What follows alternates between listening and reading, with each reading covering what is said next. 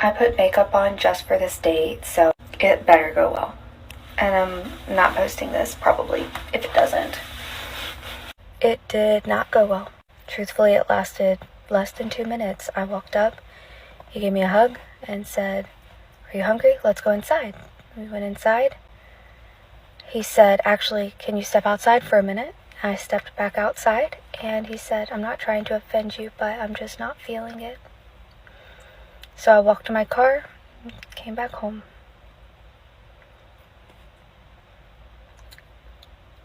Dating when you're fat sucks. Greetings and salutations, my brothers. Welcome to the ministry. On today's episode, we are taking a look at overweight women in the dating market. The body positive movement is one of the most absurd notions that has been passed around in modern society. Despite all of the medical and scientific evidence to the contrary, obese women are convinced that they are healthy, even though they barely move around without causing damage to their limbs. They believe that they are perfect just the way they are, and that society needs to not only accept them and not only celebrate them, but also accommodate them. They demand that seats be made bigger, that hallways be made wider, and that the dating market be more tolerable to their size. Even though their condition is treatable with diet, exercise, and some discipline, they think because it's too hard, then it's hateful and discriminatory. And they will let nothing stop them from being as lazy as they want. But before we begin, if you haven't already, we kindly invite you to subscribe to the Ministry of Masculinity. It seems that with the American election drawing closer and closer, men's channels are getting buried and punished by the algorithm to promote ideals of hate, bigotry, and lies.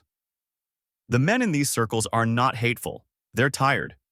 And these spaces confirm the sheer hypocrisy of those who wish to silence us. They claim to be tolerant, yet they hate spaces like these with a fiery passion that consumes their very souls. The irony is palpable. So it's time to build ourselves up and let these bigots know that we won't be silenced. Now is our time, my brothers. Now on to today's video. Something that seems to be an almost universal experience among fat women who date men is at some point dating a man who is clearly trying to hide the fact that you're seeing each other.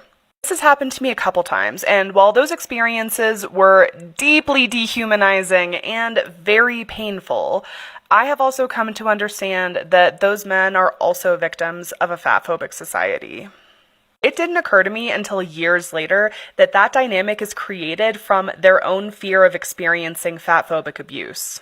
Because anti-fat bias is so pervasive and so severe that people can experience fatphobic abuse even by proximity, even just by being with a fat person. The fact that those men couldn't be authentic and couldn't have the relationships they truly wanted is actually really heartbreaking. Even though the root cause of obesity is constantly consuming more calories than the body needs on a regular basis, obese women would rather blame society for their lack of control.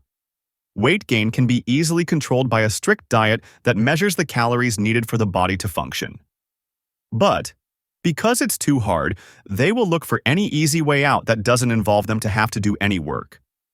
And that comes with lashing out at the men who don't find them attractive.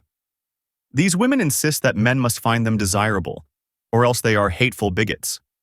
Meanwhile, they will look at overweight men and call them incels, neckbeards, and losers.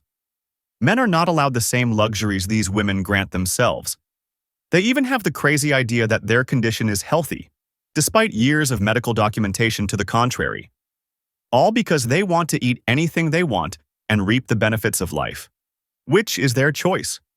Society didn't force a fork into their hands. Alright, easily the worst thing about being fat is dating as a plus size bitch. Let's talk about it. So, number one, men, for some reason, some men, not all, think that, you're entitled to thinking that they're attractive. Hold on. If a man came up to me at a bar and I said that I wasn't interested because, I didn't think he was cute or whatever, they kind of act like it's insane that you're not attracted to them because you're fat and they were throwing you a bone. Genuinely, I've had really ugly ass men act like they were doing me a favor by flirting with me. Just because I'm fat does not change the fact that you look like you were hatched from an egg, buddy. I don't know what to tell you. Also, dating apps, not fun either, because I am so terrified of, fat fishing someone. I don't even know if that's a thing, whatever.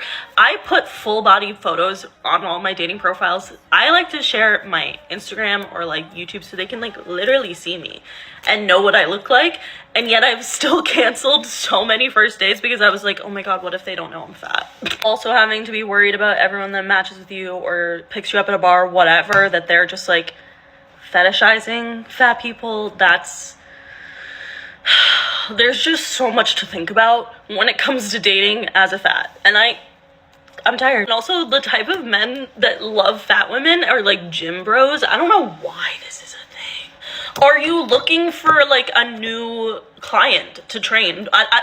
What, like, I mean, I don't mind, but like, I just think it's weird. Also, I hope that this is just me because honestly, it would make me really sad if other girls feel like this. But why does having a crush on someone who doesn't like you back make you feel like a fucking monster? Like, I literally feel like grody when I think about the fact that, like, I'm like, oh my God, this person must be so grossed out that I have a crush on that. Like, literally, what? The body positive movement is nothing but a bunch of hypocrites.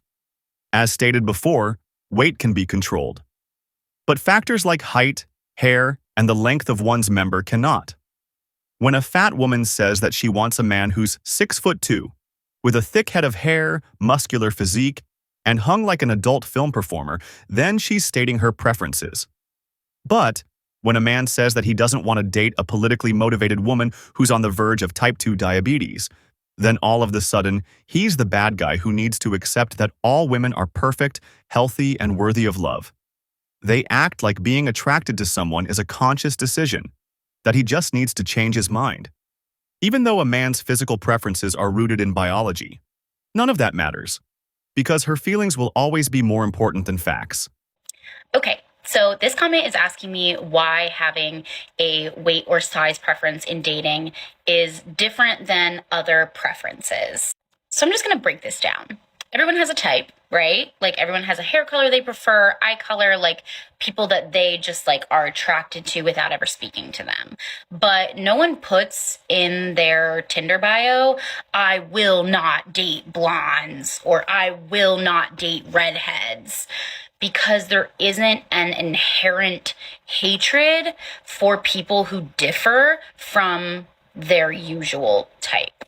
But oftentimes, not always, people who have a size or weight preference will put in their dating profiles like no fatties, no fat chicks, stuff like that, that just has a certain level of disrespect and vitriol behind it that other preferences don't.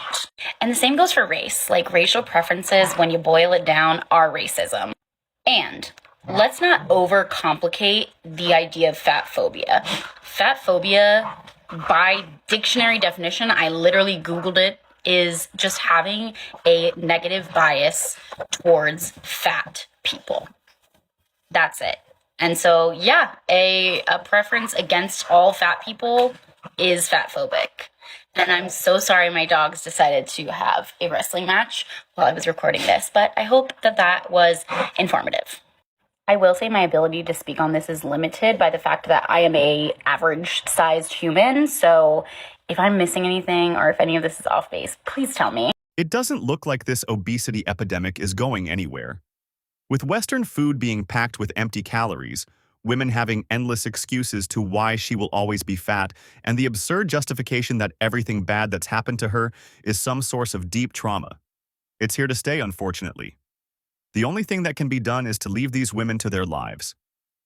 She'll call us names, she may accuse us of embracing unfair societal standards, and she'll most likely blame us for everything that's gone wrong with her life. But that's not our problem. All we can do is focus on ourselves and our goals to try and become the best possible versions of ourselves and leave these women behind. It shouldn't be too difficult. We can actually move faster and further than they can. And that's going to do it for today's video, my brothers. If you found yourself enjoying this content, then we hope we have earned your subscription to the Ministry of Masculinity. Be sure to like this video and share with as many of our fellow brothers as you can as well. Thank you for watching, and we will see you on the next episode of the Ministry of Masculinity.